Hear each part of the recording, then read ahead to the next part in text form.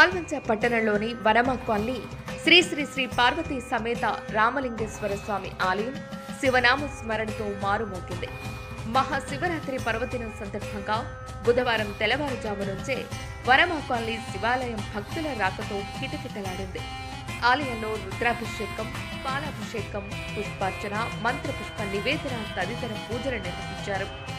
ఈ సందర్భంగా శివపార్వతుల ఉత్సవ విగ్రహాలను ఆలయం నుంచి కాలనీ పురవీధుల్లో నగర సంకీర్తన నిర్వహించి భక్తులకు ప్రసాదాలు అందజేశారు.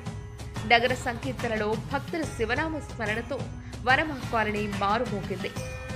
ఈ కార్యక్రమంలో ఆలయ కమిటీ అధ్యక్షుడు ఆళ్ల రాఘవులు, కమిటీ సభ్యులు జె రమణ, ఎం సంతోష్, టి ప్రసాద్, ఓంకారం వంశవర్ధన్ రాజు, చిమ్మినాయుడు, జేడు అప్పలనాయుడు, వనమ కాలనీ ప్రజలు, భక్తులు తదితరులు పాల్గొన్నారు.